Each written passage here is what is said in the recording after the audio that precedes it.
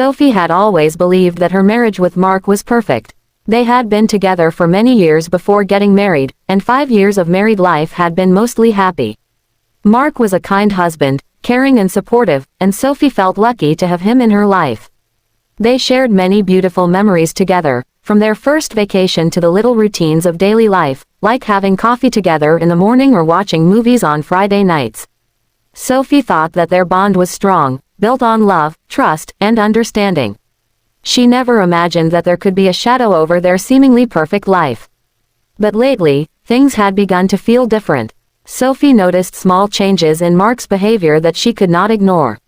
At first, they seemed harmless, almost normal, but over time they started to trouble her.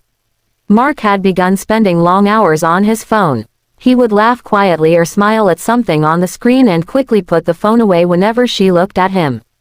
He started receiving calls and texts at odd hours, and he would often leave the room to answer them. Sophie tried to brush off these feelings.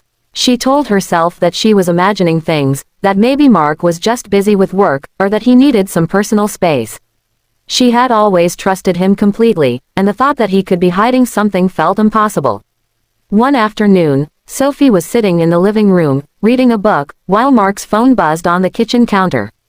She had promised herself that she would not snoop, but curiosity took over. When she glanced at the screen, a message popped up. It was from a woman named Claire.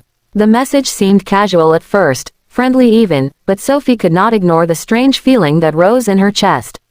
There was something familiar in the way Mark responded to Claire's messages, a tone of attention and care that he rarely showed elsewhere. Sophie felt her heart race. She did not want to believe it, yet her instinct screamed that something was wrong. Sophie tried to act normal that evening. She smiled and talked to Mark as usual, but her mind kept returning to the message she had seen. She watched him closely, noticing how he would check his phone constantly, how he would walk around the house nervously when it rang, and how he seemed distant during their conversations. Sophie tried to find a reason for his behavior. Maybe he was stressed at work or dealing with some personal matter that he did not want to discuss. She told herself that she needed to be patient and give him space, but a small voice inside her would not be quiet. It warned her that something more serious might be happening. Over the next few days, Sophie became more observant. She paid attention to every detail, every pattern in Mark's daily routine. She noticed that he would suddenly leave the house without explanation, claiming he had to meet a colleague or run an urgent errand. Sometimes, he would be vague about where he had been or who he had spoken to.